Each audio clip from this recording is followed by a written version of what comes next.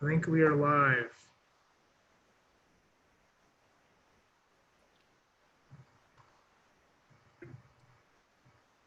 Hey, Libby, How are you? how you Hey, doing? Libby. A-Jay, are I, you losing weight? I trying.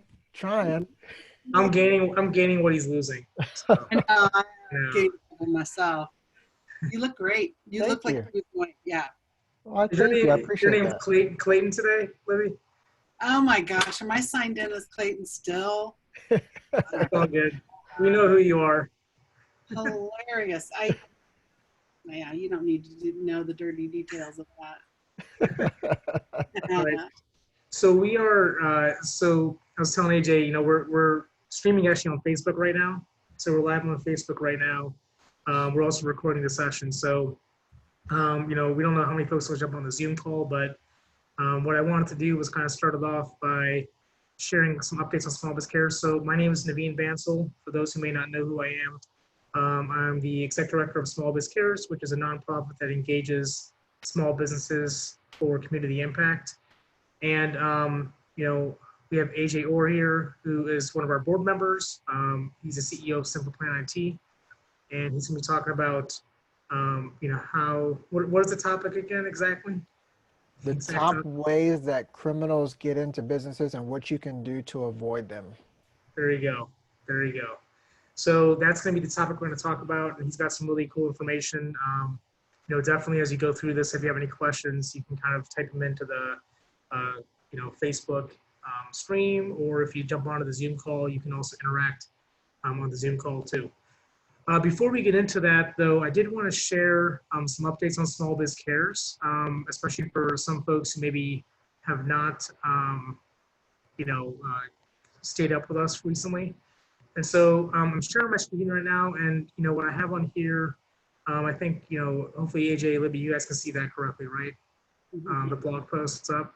Yeah. So what we've got on here for Small Biz Cares, I mentioned, we're a nonprofit organization that engages businesses for impact. And historically, our programs have centered around in-person volunteering events, fundraising events. We have our scholarship fund where folks, our members contribute dollars to be able to support education for those in need.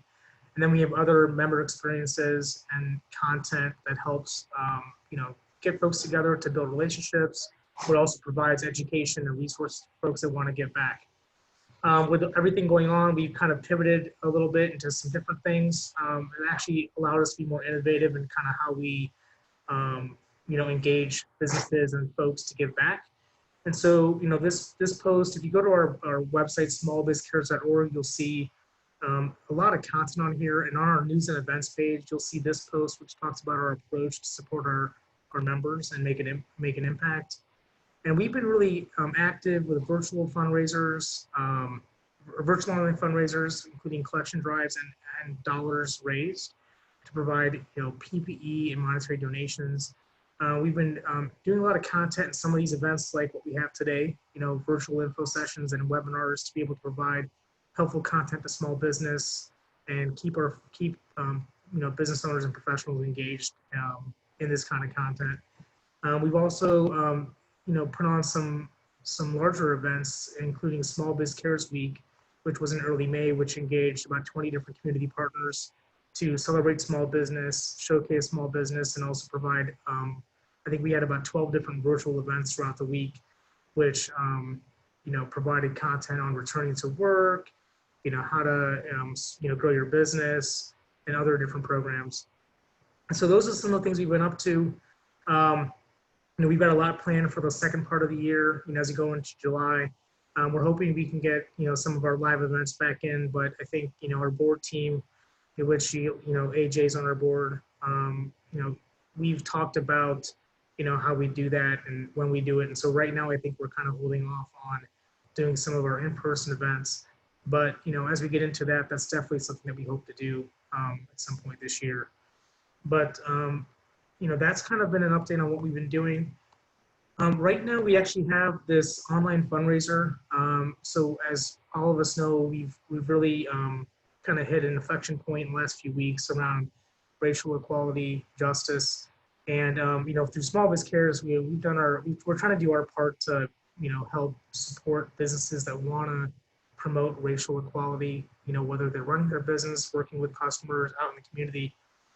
And we've, uh, put together this online fundraiser to provide, families the opportunity to purchase yard signs that show their support for racial equality. And through this fundraiser, we're also raising money for the Columbus Urban League and NAACP Columbus, two nonprofits that are helping day to day after day supporting racial equality. Update on this fundraiser, it goes until Friday. So you can go online on our website on the news and events page, buy a yard sign, they're $10 a piece. You can also make a voluntary donation. And so you'll see that form down here. And the cool part about this fundraiser is that you're showing your support, but you're also raising money. We've to date on this fundraiser that's been active for about a week have raised over $5,000 in net proceeds and have sold over 500 signs. And those proceeds are after the hard cost of the signs. So we're talking a really, really successful fundraiser so far. And just something that we encourage if you feel you want to purchase these signs, support it, that's a great thing to do. And our goal with these signs is to really develop something that anybody can support. We don't care what political affiliation you are. We want you to, I think all of us want to have a more just society for everybody. And so that's kind of where we stand with Small Biz Cares. Last thing, and then I'll turn it over to A-Jay. We are launching, and this isn't broadly communicated yet, but this is kind of the first preview, right? So if you're watching this, you get the first preview of this. And we are putting together, our way to support small business for the rest of this year, our free membership option. So historically, membership for Small Biz Cares is $250 a year for a business. We have discounted each membership level so that as a member, you're actually paying nothing to join as a Small Biz Cares member, and your membership will be active for the rest of 2020. And that allows you to come on as a member, stay connected with our community, enjoy different programs and events, especially as we get into some of our live events, but also just, really be part of that community of socially conscious business leaders. And that's what we're all about. And so that's something I encourage you out there. If you thought about joining Small Biz Cares but haven't pulled the trigger yet, this is kind of the right time to do it. Great way to test out to see what we're all about, connect with our leaders in our organization. And then we've also discounted our leader and investor level members as well. And so those folks that are looking to amplify their impact, we encourage you to join us at those levels. And again, that membership would be active through 2020. So if you join July 1st, you've got a 6-month membership for free. And so that is the last thing I wanted to share.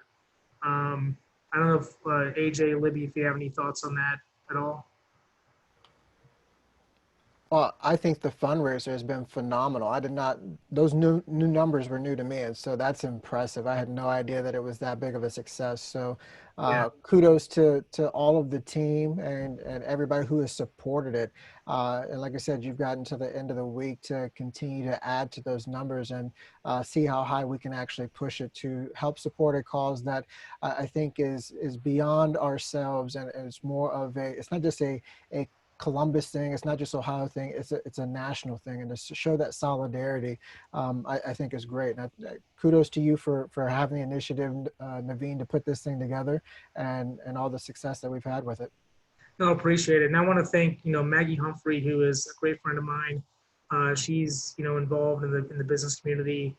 She actually approached us with this fundraising idea. I think the issues have kind of hit her a lot. So kudos goes to her for the idea and the concept, and then also my team, obviously at Outreach to kind of support it with some of the sign design and production. So yeah, I really appreciate that, and it's been pretty cool. You never know what can happen with these things, but I think this topic is really something that a lot of folks have felt a huge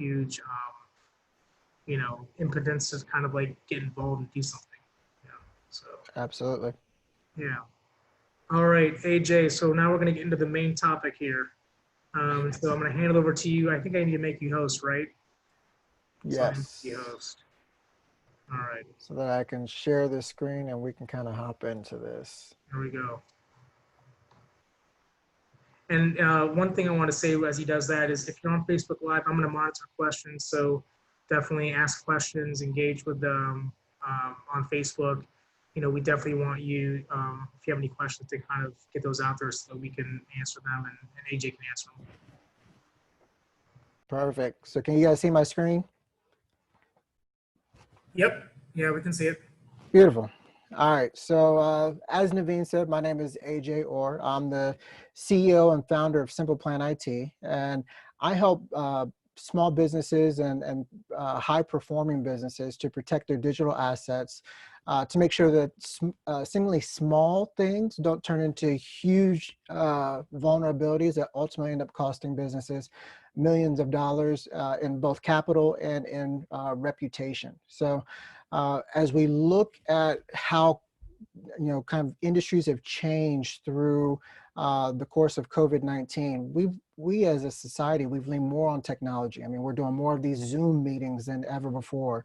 And now we've got people working from home, and a lot of organizations have expressed an interest or the possibility that they're going to continue to having a good percentage of their workforce working from home even after COVID, because they've shown that workers can be productive and things of that nature. And so as we step into that foray, we open ourselves up to new vulnerabilities and risks that exist and present themselves to the business. And so what I want to do is just kind of shine a little bit of light on technology, cybersecurity, and what threats really exist out there. And so I put together a quick agenda. That way, one, I can keep myself on task, at the same time not go rampant with talking off on different tangents, as I can often do when talking about this subject. But so one of the things one of the first things I want to talk about is the perception of cybersecurity, and what do people think of it and what it really is. Then I want to break down and give an example of what a cyber attack looks like and how they work. And then we're going to get into the top tactics and kind of the top 3 ways in which criminals are using to attack businesses. And then hopefully we'll open it up for some Q&A at that point in time. And so as we jump right into it, when people hear the word cybersecurity, one of the things, or most commonly, the first thing that they think of is IT. IT, technology, confusing, but it's something that my IT department or my IT guy handles. And in reality, cybersecurity is nothing more than the process of protecting your digital assets. And so don't let anybody make it more confusing than that, because that's essentially what it is. And when we look at it from the perspective and the lens of protecting your digital assets, we now look at it and realize that it's more than just technology and IT. Sure, technology and IT is part of it, but you're protecting these digital assets, and that is your intellectual property, that is your financials. All of our lives now exist in a digital format, and now we have to make sure that we're doing everything that we can to actually protect that. And so, like I said, it's more than just your IT department, it's you as an individual. What are you doing to protect yourself? And so as we kind of look at that, there's 3 things that you want to remember when it comes to cybersecurity. And as a business and business leaders, the first thing is that every business thinks that they're good. And what I mean by that is that if you go through and you ask every company that's ever been breached, I guarantee you they will all tell you, we thought that we were good and we thought that we had it covered. And what they realize is that it doesn't take a huge vulnerability or some big gaping hole in order for a hacker to get in. It's the smallest of things that they're able to get in and then wreak havoc. The second thing that you want to be aware of is making sure that you're aware that hackers target people, not computers. At the end of the day, we are the targets. They just happen to use computers to get to us. So like I said, for every cyber attack, there are 2 objectives. One, what can I monetize? So like I said, can I steal financials from the organization? Is there intellectual property that I can gather, steal, client databases, things of that nature that I could then monetize to somebody else? Can I steal somebody's identity? Or do I have access, do they have files where I can steal employees' identities, where I can get massive people? So what can I monetize? And then 2, can I use your infrastructure, your technology, your hardware to launch more attacks? And I'll get more into that in a couple of the examples later on. And then finally, digital risk is everyone's job. And what I mean by that is it's up to us as business leaders to establish a security over convenience culture. And that all starts at the top. And it's really important that as leaders, we understand that as we're guiding our businesses and things of that nature, because well, let me jump into an example of what happened to a colleague of mine. Now, this wasn't a client. This is a friend of mine who runs a pretty successful manufacturing organization. And so because this is a live example and a real example, I've changed the names and the companies so that they can have to protect their identities. And so in this scenario, we'll use Batman as the CEO, we'll use Robin as the CFO, and then the Joker is the bad guy. So what happened was after it was all said and done and they did an investigation, here's what they found out, is that the bad guy had been following and had friended the CEO on LinkedIn and was friends with him, following all of his stuff, and was watching all of the good news that the CEO was putting out there, as we all do when we're doing great things within our business. We post it on LinkedIn and try to just get awareness because we're trying to grow our business. So what the bad guy did was he saw that it was a great opportunity that I might be able to monetize or capitalize on their success.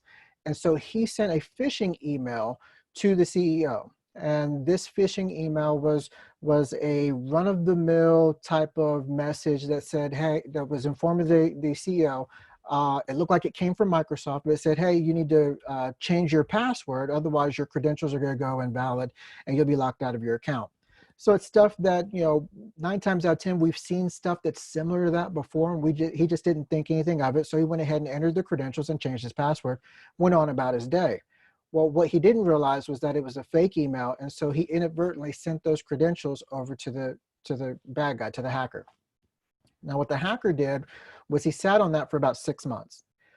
He didn't do anything, but he had access to the CEO's email. And so he was reading the CEO's email, staying in the loop on what they were doing until he saw the perfect opportunity. And at that point in time, he sends an email coming directly from the CEO's email account to the CFO.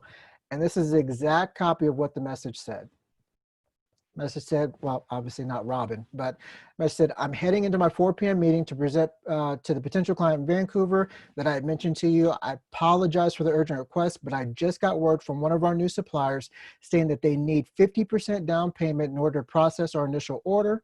They need to receive the payment by 5 p.m. today in order for us to stay on track with production.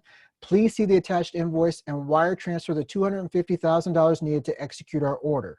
Once again, I apologize for the last minute request and thank you in advance for getting this taken care of. With any luck, we'll have a new client to celebrate when I return later in the week. Regards, Batman. Now, Robin, the CFO, looked at this message. It came directly from the CEO's email address. So that was good. There were specific details in the message that were true and valid and accurate. The CEO did have a meeting in Vancouver. It was scheduled at 4 p.m. They were working with new suppliers and vendors. So there was no reason for the CFO to question anything about that message because it was written with the same tone that the CEO normally communicates with. Everything looked legit. And so the CFO didn't know any different. And so he wired the $250,000. And just like that, the company was out $250,000. And that's the way that cyber attacks work. Now, in this instance, they used an email to get in, but there are many other tactics in which criminals use to get in. And once they get in, like I said, they're not instantly doing stuff. They sit on this information unless you're able to detect it. They sit on this information and then they look for opportune times to where they can strike and cause the most or get the most value and cause the most impact. And so the fact that this one started with the email doesn't surprise me because 90% of all cyber attacks typically start with some sort of an email. And so because of that, what we've done is we've created kind of a cheat sheet. And if you're watching this live or even in the replay, if you want a copy of this, shoot me a direct message. I can make sure that you can get a PDF That way you can have it for yourself of quick references of things that you need to check whenever you're engaging with an email. I'll kind of brush over them real quick. That way we don't take up too much time. But there are 7 things that you want to look at with every email. And the more that you do it, you kind of create a habit to where it just becomes second nature and natural for you to where you're scanning every email in this fashion. But the first thing you want to look at is who it's from.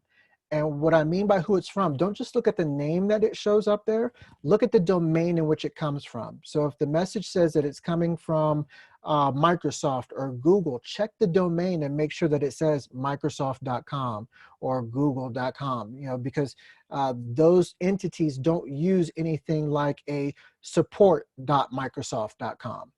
So if you see something like that, or replies.microsoft.com, or any version of that, that should be an indicator to you that this may not be legit. So look at the domain and make sure that the domain name that the email is coming from, and what I mean by domain, it's the information that comes after the @ So you've got support @ and then the next things .com, .org, that's the domain. So make sure that that matches with the people in which they say that the message is coming from. So AJ, Sure. quick question on that. Sure. So I know in our company, we definitely see those emails that are masked where it'll have like my name on it.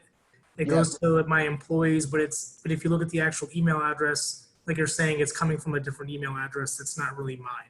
Absolutely. Now, is there a reason to be concerned about any security issues with that kind of email, or is it just that they're just using my name and trying to fool people? They haven't hacked into anything, right? No, they haven't hacked anything. Yeah. They did exactly what you said. They're using your name to try to trick people, Yeah. because hoping that they don't look at the domain to match up and say, wait a minute, that's not his email address. This isn't him, even though it has his name on it. It's called spoofing. So yeah. We've tried to train our folks to, I mean, I think our good team's good at that. We've recognized that, those kind of things we got to watch out for, but okay. Absolutely. Like I said, so it's just training your staff, training yourself to look at these things on a constant basis with every email that you interact with, to ensure that you're not falling for something or getting caught up in some sort of attack scheme that a hacker has deployed against you or your organization. So the next thing you want to look at is the to address. And what you really want to look for here is, is it a CC, meaning that you've been copied on a big group, so it wasn't a direct message to you, but it was something that they sent out to massive amounts of people. So typically when you see something like that, especially if it came from a legitimate email address and you were in the CC line, which stands for carbon copy, it means that 9 times out of 10, the recipients or the sender's email address had been compromised, and they used their platform to launch more attacks, and that's why you received that message. So always check the CC or the to line to see where it's coming from, or who all has been receiving that message. The third thing you want to check for, anytime there's hyperlinks in an email address or in an email, make sure you just hover over it before you click on it to make sure that it's actually going to send you where it says it's going to send you. So if it tells you that it's going to send you to CNN.com, but you hover over it and it's going to actually send you to acme.com, then don't click on that link, because that's a bogus link. They're trying to redirect you someplace else. But I would also caution and be wary of, if you weren't expecting a link from a person, be hesitant and always be cautious before you actually click on that link. Or, send a message to validate, did you send this? What is this about? Ask more questions. Just, it's not rude to ask more questions. It's better to be safe than it is to click on something just because you don't want to be rude, or, especially if you weren't expecting that correspondence. The other thing you want to look for, date. So look at what time the message comes in. Did you receive this message on a day in which you don't normally communicate with this person? So if it's a work message that's coming in from a supposed work colleague, did you receive this message on a Saturday when you normally don't interact with them via email? Or did it come during the week and it was sent at 3 a.m. when normally that nobody's working at 3 a.m.? So pay attention to when the message actually comes in. And then check the subject line.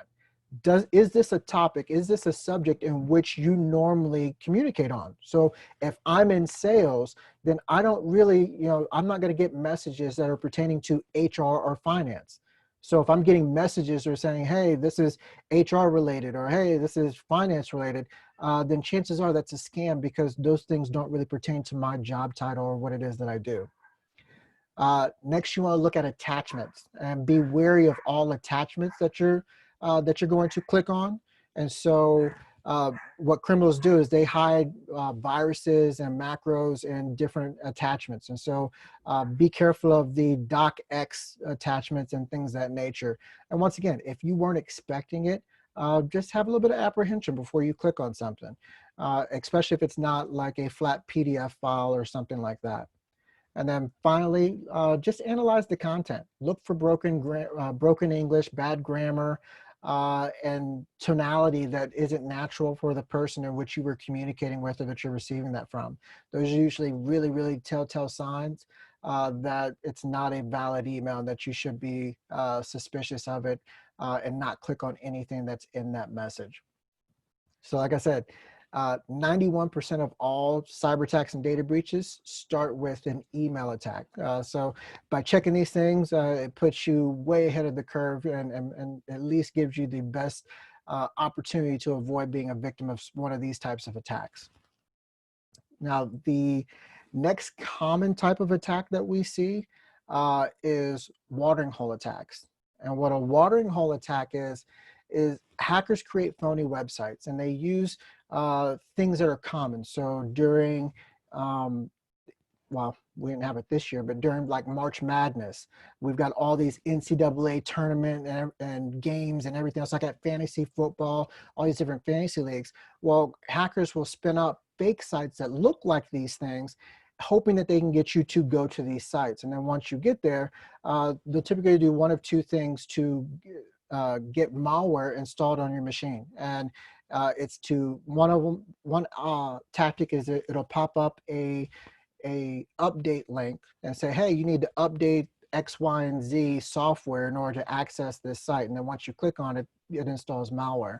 What we've seen a lot more lately is that they just infect the website itself. So simply going to the website will automatically trigger an install of malware on your machine without you knowing. And then once that malware is on there, hackers have access to your machine to do whatever they want. And so typically what you'll see in these types of events, or what they're after, is, once again, is there anything on your machine that I can monetize? But then two, can I use this machine to, one, launch more attacks, or expand my attack? So if I'm on a laptop at home and I go to one of these sites and I get infected, do I take that laptop to a business office and log in? Because now I'm giving the hacker the ability to see my login credentials and what I use to access my business network, which then could give them a backdoor into the business corporate systems.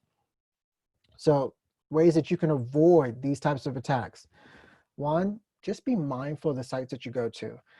Only go to trusted sites. Don't go to random links that you see on social media. Be leery of things of that nature. Go to trusted, reputable sites. So if you're looking for news, then go to your CNNs, your Fox, your NBCs. Don't go to joeslatestnews.com, because 9 times out of 10, you don't know the type of security they have on that website.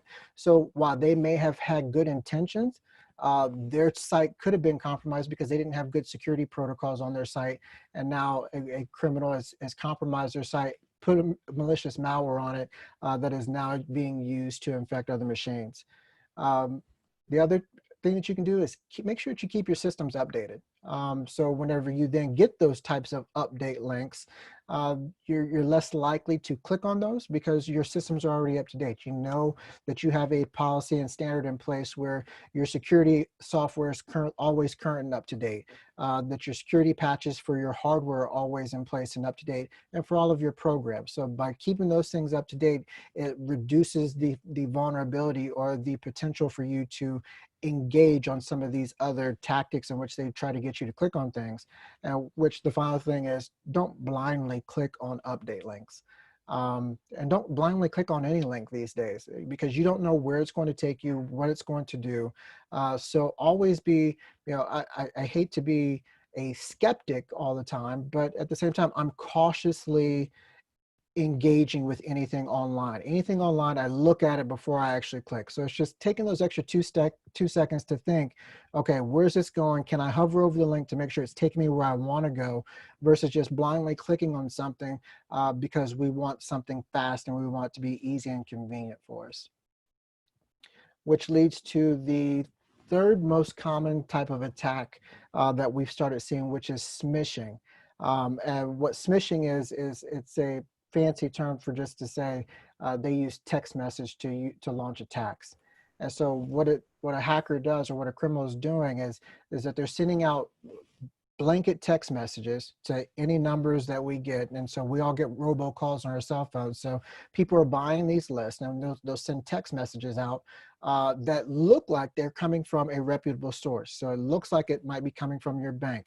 I've seen them that look like they come from PayPal. I've seen ones that look like they come from Chipotle, Target, FedEx, and they all have a link in them. I've even seen them come from banks that I don't even do business with. So those were easy to spot. But they'll have a link in them. And the goal is to get you to click on the link so that they can steal your credentials or install malware. So if you click on the link, some of them will take you to a website that looks like it's coming from the bank or from that institution that says, hey, enter in your credentials and whatever it is that they prompted you to do in the text message. And then once you do that, they now have access to your bank account or whatever that account was, and they're draining people's bank accounts by getting those credentials and being able to do that. The other thing that they'll do is they'll install malware on your phone, which then allows them to send that same type of message to all of the contacts in your phone. Once again, using your equipment, using your infrastructure to launch more attacks. And then the other thing that we're seeing that they're doing is that they're installing what they call a keylogger on your mobile device. And so what that does is it tracks and it sends back to the criminal everything that you enter in onto your phone. So if you use your phone for banking, you punch in your username and password, it's tracking those key logs and sending them back to the criminal. So now the criminal knows every site that you go to and the credentials that you enter in for every site that you visit. Including if you use your device or your mobile device to access a business network. It now has a backdoor into your business network through all of those things. So, sorry to sure, interrupt. go for it. Can I ask a question? So, I think most of us, at least for me, kind of more aware of the issues that revolve around like a PC or your standard device. Your mobile, because we carry around 24/7 essentially. I don't really think about it as much, and so this is actually super valuable for me. To think about the fact that this can happen. Is there anything within like your settings within your devices that you can prevent these things? Because you don't typically download, unless I'm wrong, you don't download a software or anything to block it, or maybe you can, I guess. Maybe that's what you well, and that's the thing. So some people do download softwares, and that's one of the other things that you have to be aware of is making sure that whenever you're downloading applications, that you're downloading them from reputable sites. So if you're on Android, get it from the Google Play Store. If you're on Mac, get them from the iTunes stores or the App Store on Macs and Apples. Because if you go outside and you download a third-party app from someplace else, there's a chance that it could have malware in it and that you're installing it and you're giving backdoor access onto your device to criminals. And so, yeah, it's not necessarily an app that they're downloading and installing. It's code on the back end that runs without you knowing. And so when you click on it and you get hit with these types of things, the only way that you'll be able to really tell if something is different is if the script itself consumes a lot of the resources on your phone, and then you'll start noticing that your phone is sluggish and it's not doing different things and it's not super responsive and it's super slow to do everything on there. It's because there's resources in the background that are running that you're not aware of that are actually consuming all of the power and resources, and that's what's causing the impact of your performance. I know. AJ, Yes, are Eddie. there apps that you could download that would help protect your phone? So, Hmm. you know, I know I've heard I had Tunnel Bear. I have Tunnel Bear on my phone that I would use, you know, for example, when I was on a network at Panera Bread or whatever. But are there other apps that would help defend your phone from those attacks? Absolutely. So there's a bunch of different products out there that you can use. Sophos is one of them. And I'm not affiliated with them or anything else like that. I'm just familiar with their product and what it is that they do. But Sophos is a good product out there for, especially they cut their teeth in Mac world. And so they're great with iPhone protections and things of that nature. And they also have an Android solution as well. But yeah, there are what they call mobile antivirus type solutions out there that will help and scan these different, scan your devices for these types of malware that could exist within applications that you download or that you inadvertently came across as you were interacting with different things online. Because that's the other vulnerability point, is that, you know, criminals aren't using text messages. Anything that they can do to get you to click on one of these links to get you to inadvertently install or give them access, they're using. So that's why I tell my wife and kids all the time, be careful with what you click on when you're on social media, because all these links aren't good links, especially with all the different ads that we're bombarded with. All those ads aren't good ads, and they will take you to different places that will then, without you knowing it, you've been infected with a virus. Because criminals have access to all the same things that we do as business leaders, as business owners. So we try all these different tactics to get attention and get in front of our potential consumer. Criminals understand that, and they use those same resources. So they'll buy phony ads to get you to click on one of these banner ads so that you then are redirected to their website, and it looks like the website presents the product that you were interested in, and all the while you're being infected with a virus that you are unaware of because you were just curious and interested in those shoes or that designer handbag or whatever it is that piqued your interest at that time. Yeah, and I would assume a lot of us don't have those things on our phones, those apps like that. Like we probably all have something on our computers, Mm-hmm. maybe not on our tablets or phones. Thank you. And Yeah, that's I why it's think become a big target these days. yeah, I think I agree. Most of us don't realize, like I said, I don't realize, I'm not as well aware of the issues that can come from a phone. So yeah, definitely something that is a good. We could probably do a whole session on that, AJ. We could, we Mobile could. devices, like what do we all need to do? So yeah. So when it comes to these types of attacks, the easiest way to avoid it, one, just don't click on unexpected links. If you, like I said, if you receive a text message from FedEx and you weren't expecting a FedEx package, don't click on that link. You're not lucky. I tell people all the time, you're not getting a random package. It's not going to happen. FedEx is really good at what they do. They're not going to send you a package by mistake. So if you get a message and you weren't expecting one, don't click on the link, because it's 9 times out of 10, it's not valid, unless your spouse ordered something. And then at that point in time, confer with your spouse and make sure that she ordered something, but still don't click on the link. Uh, 2, verify suspicious requests with a call. So like I said, just with the wife example, if you get a message from FedEx, call your wife and say, hey, did you order something from FedEx? I just got an alert. If she says no, then delete the message from your phone. That way it removes the possibility of you inadvertently or accidentally clicking on it as we're swiping up through our messages and doing different things. It's best just to remove the possibility of it inadvertently being activated. So delete it from your phone completely. And that'll help you in the long run, because I've seen people that have inadvertently done those things as well. And so those are the 3 common attack methods that we're seeing out in the wild these days.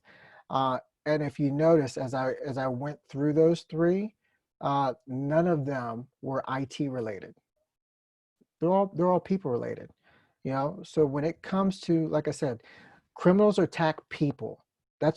People are the target, not the computers. They could care less what device you're using. The end goal is, how can I get to this person?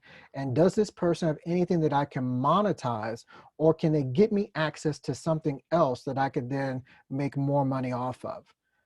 And so that's the goal, that's the strategy, that's at the forefront of every criminal's mind as every attack is launched and laid out.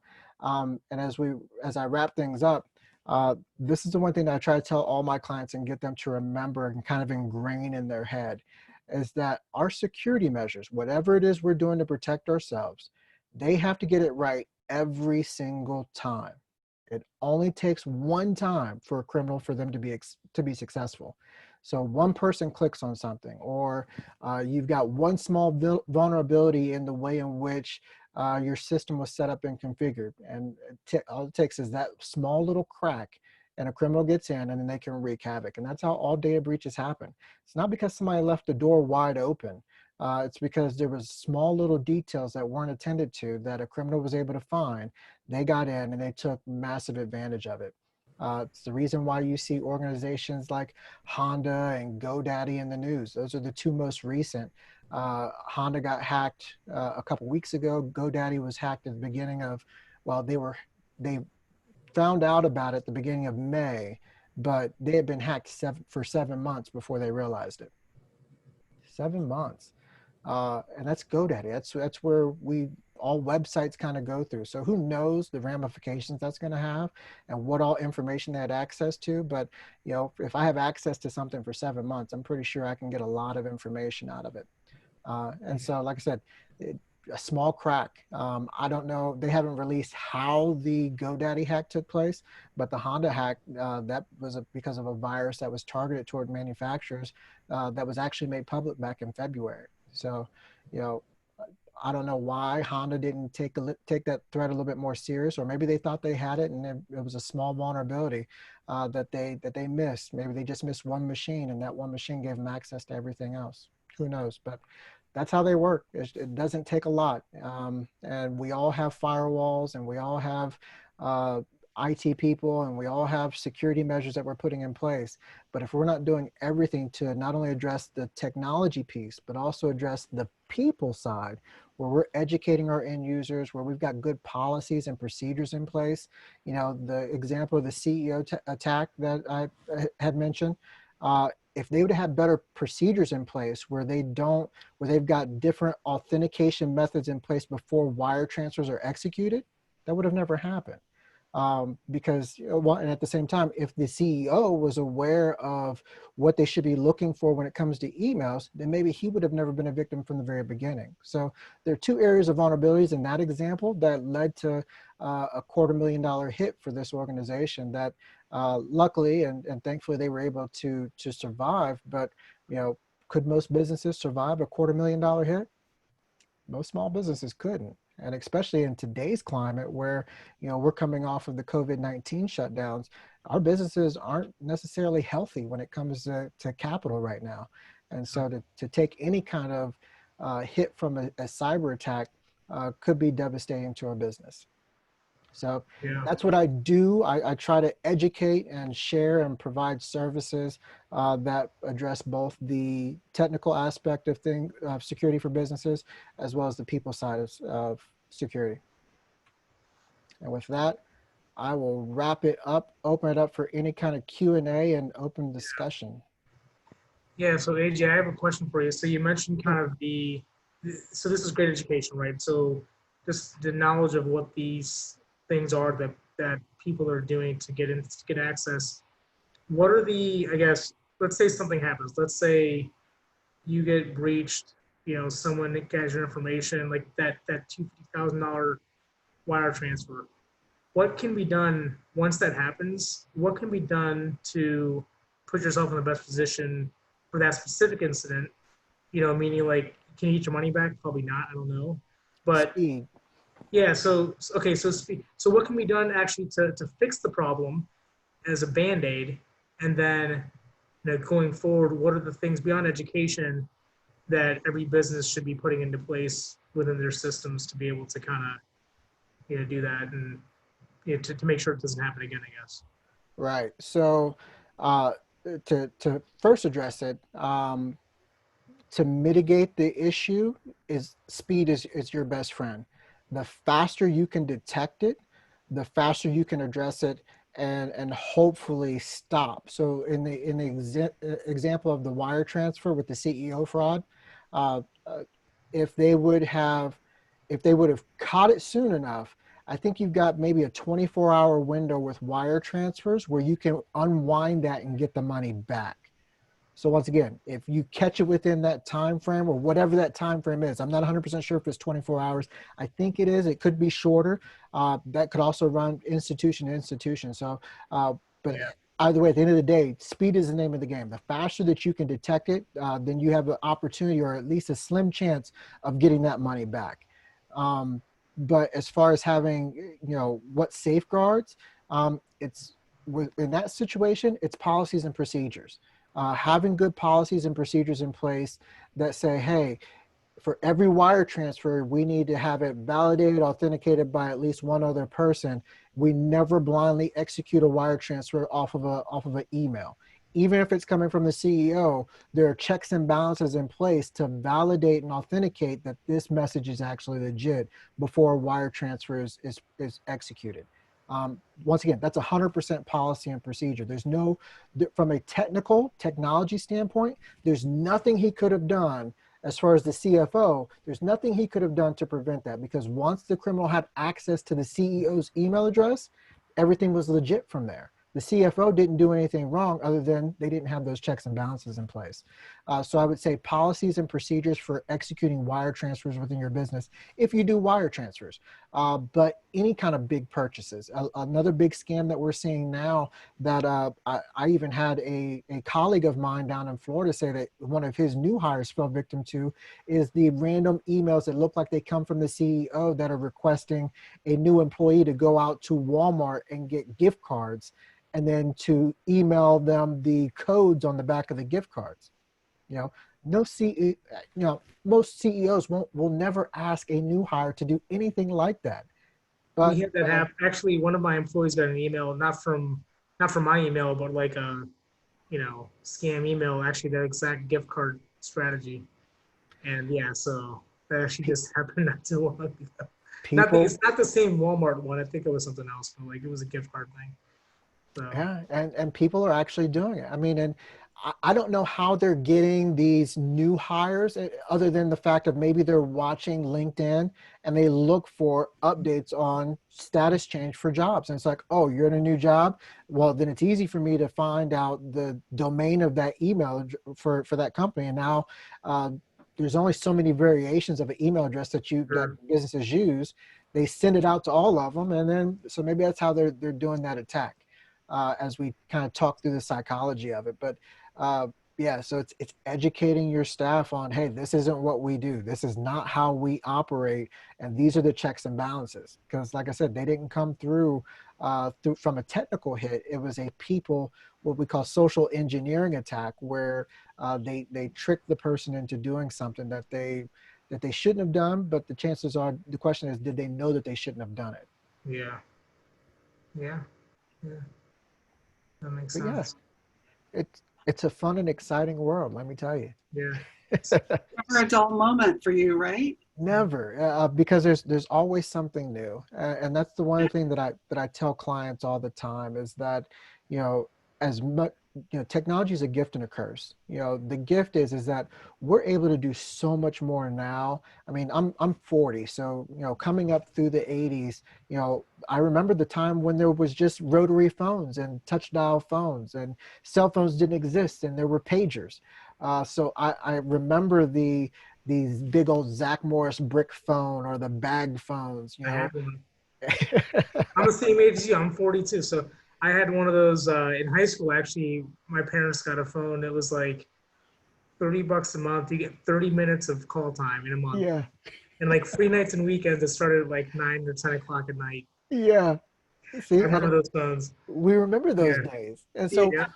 Yeah. we've grown up through the technology era, and to see how fast it's changed. I was talking Yeah. to somebody the other day. I was like, they were talking about, don't be so hard on your kids to figure out, to have them have a clear direction and path for what they want to do in life, because at 16, 17 years old, there's no way to them knowing where they're going to finally end up at. I was like, yeah, you're right. I was like, at 16, 17, I was like, heck, I was like, I'm working in an industry now that didn't even exist whenever I was 16 or Right. 17. That is so true. Yeah. It wasn't real. The threat wasn't there. No. And so I was like, yeah, I was like, you got a good point. I was like, because it didn't exist. And that's how fast technology has changed.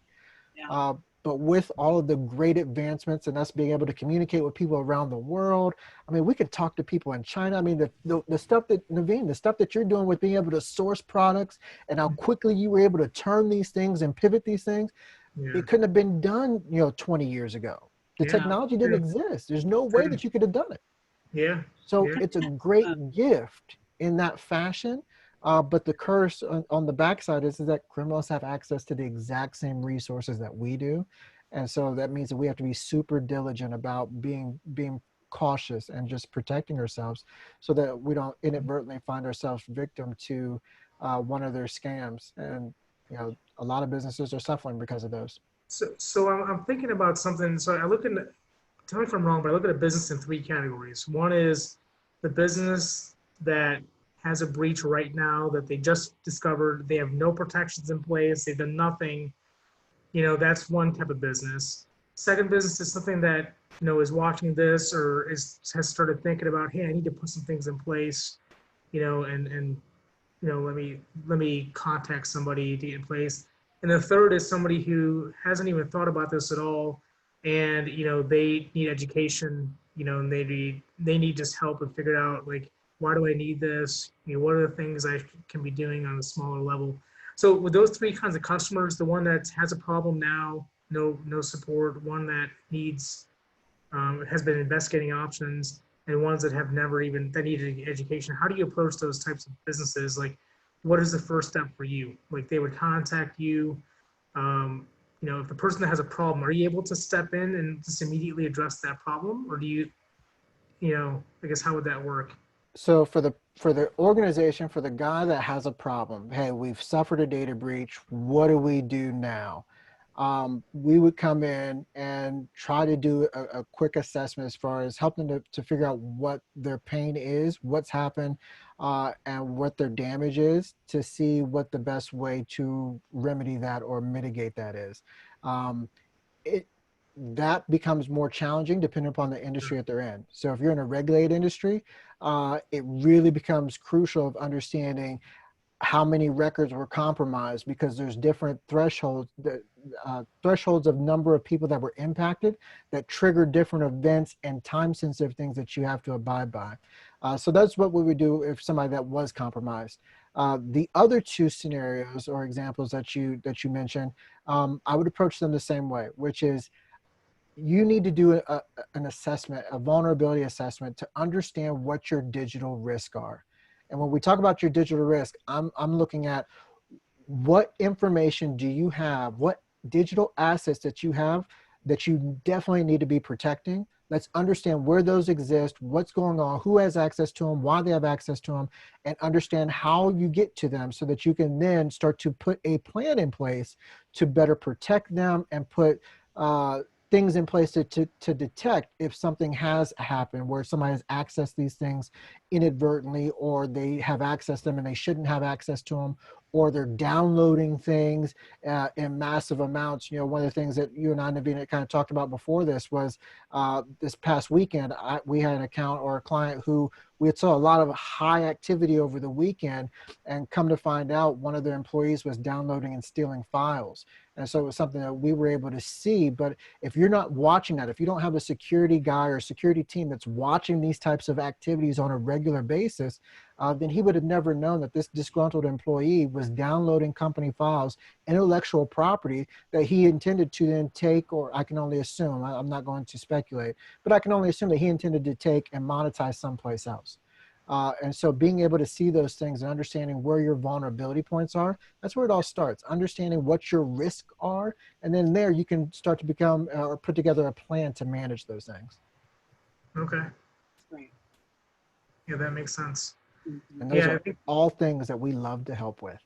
yeah, and it's hard because, like, we're all on devices almost all the time, except for when we're sleeping. So, I think protecting, like you said, mobile devices, your, computers, all that kind of stuff. And you mentioned education as well as obviously there's a technical side, right? And that you kind of help with both, right?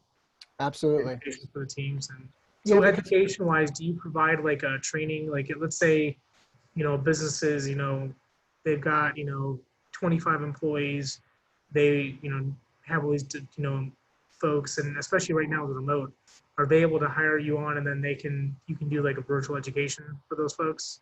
Is that how that? 100%. Okay. So what we've actually designed is a learning management system where we actually can send out trainings, and they're small modular trainings. They're usually 3 to 4 minutes on specific topics, like some of the things in which I discussed today. So watering hole techniques, this is what it looks like. This is how you avoid it. This is what you look for.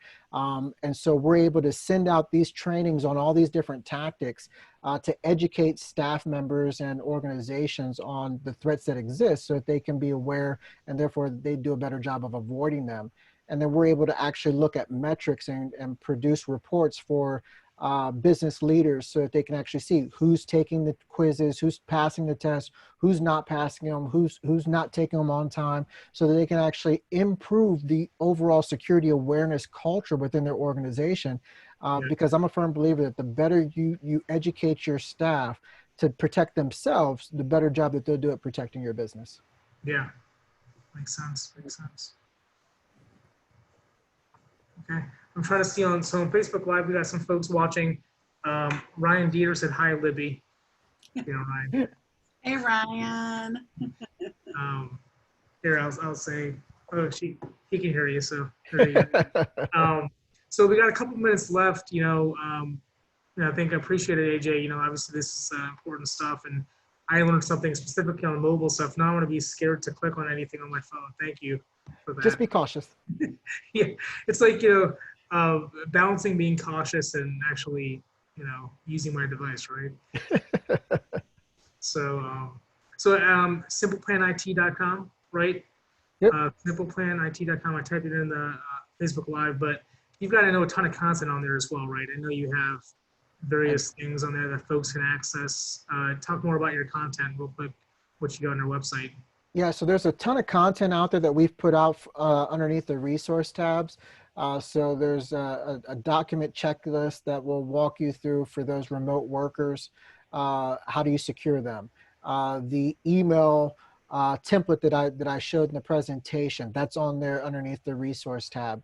But another area that I will encourage people to check out would be aware.simpleplanit.com/pro. And that'll give you a breakdown on our cybersecurity awareness training and kind of go a little bit more in depth. And like I said, if you've got any questions when it comes to that type of stuff, feel free to shoot me a direct message. I can send you some examples of what those trainings look like and more information, so that if educating your staff is a blind spot for you, then we'd love to be able to provide you a solution and show you how you can easily do it and actually check metrics to make sure that it's actually being effective and successful for you. Okay, awesome. Well, appreciate it, A-Jay. I appreciate the time and opportunity. Yeah, of course, of course. We're recording the session. It's on Facebook as well, but we're recording the session. We'll actually get this out to folks. I know A-Jay will be able to get this out to folks as well. So if you didn't get to see this live, you'll be able to access this content in the future as well. And so thank you everybody for joining us. And I guess we're signing off. Have a good Wednesday. Sounds good. Stay safe, everybody. All right, see ya. Bye. Bye.